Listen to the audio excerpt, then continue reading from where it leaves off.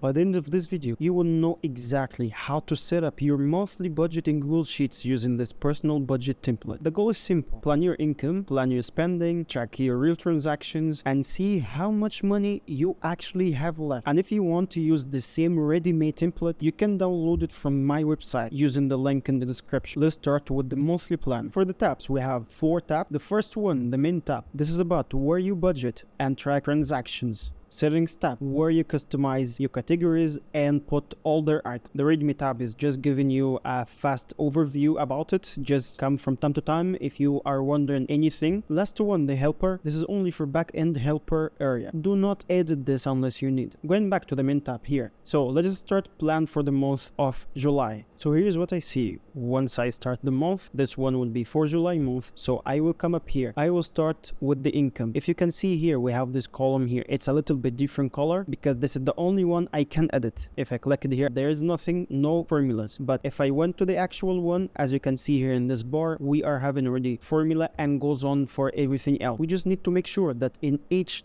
table we just edit the little bit darker column here. Let's say, for example, I'm expecting this month to have only from the salary around 2,500, let's say. So I just come up here, 2,500, and click enter. First thing you can notice here, if you went to the cash flow summary, that the income in the plan column already with 2,500 and everything else updated automatically for the difference tab and for this graph here that it's showing us everything related to the income, expenses, bills, debts, and savings. Moving on, for the freelance work, let's just put as 130, and let's say this month I'm not going to have any investments, but there's another category I'm going to need other than the investment. Basically, I will go to the settings tab, then here I will find all the categories. So we will go here to the income and I can just find the investments. I will add it to be like my website. We go back here to the main tab and it's already changed it to be my website. As you can see, 750 goes on for the others. I'm not expecting anything from the rental income, for example, or any side for now, basic like this, just for you to understand. What we're gonna do here of the others, we are going to do exactly the same thing. Let me just finish this and we can continue after. So let's say in this moment we are have a leftover by $440.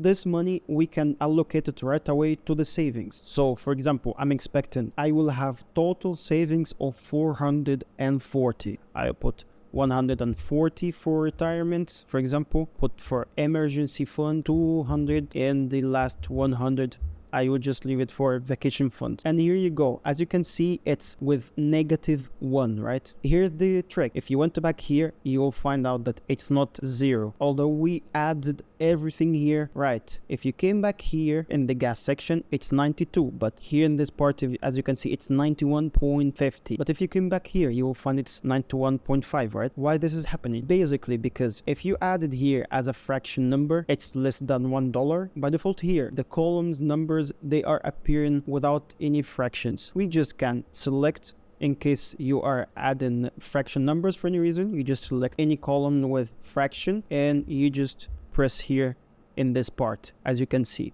we can do the same for all of them. I leave it by default without any fractions. You are free to do. If you want even to have 2, you can do as well. So let's do it fast. Done. Let's delete this 100 from here. Now we have 99.5 to save. Here, as you can see, everything is up. It means there's 0 left over. Second and last part. Here, the actual transactions. This section is the section where you are going to record every single transaction in this month. You just need to do this from time to time. When you go up here, you will find everything is being automatically. Okay, so let's agree on something. This is what we should expect for the month.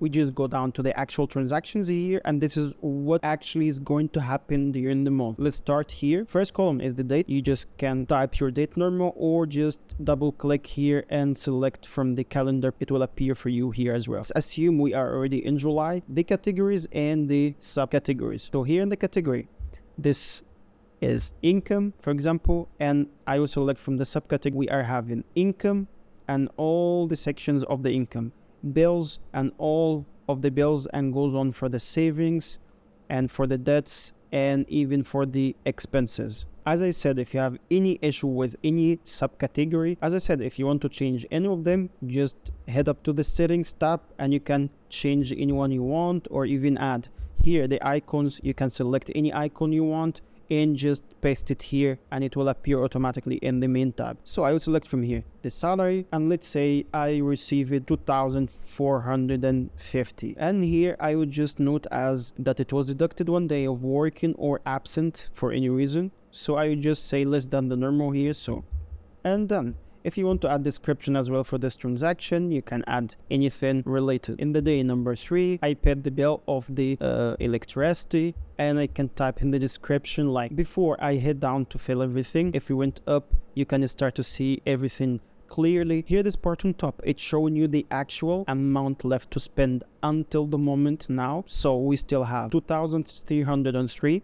This is what you need to know. This is the amount left that you can spend this month, including this is your income minus your expenses, bills, debts, and savings. As you can see here, you have on-time updates. So for now, the income, it was as I just entered exactly. If you went here to the expenses, there's nothing yet. The bills 147, and the other two, there's nothing. If you went down a little bit to the second section, here you can compare between the plan and the actual for each one of them. Let's go to the income table for now. I expected that my salary will be 2,500, but I received it 2,450, so the difference by the negative.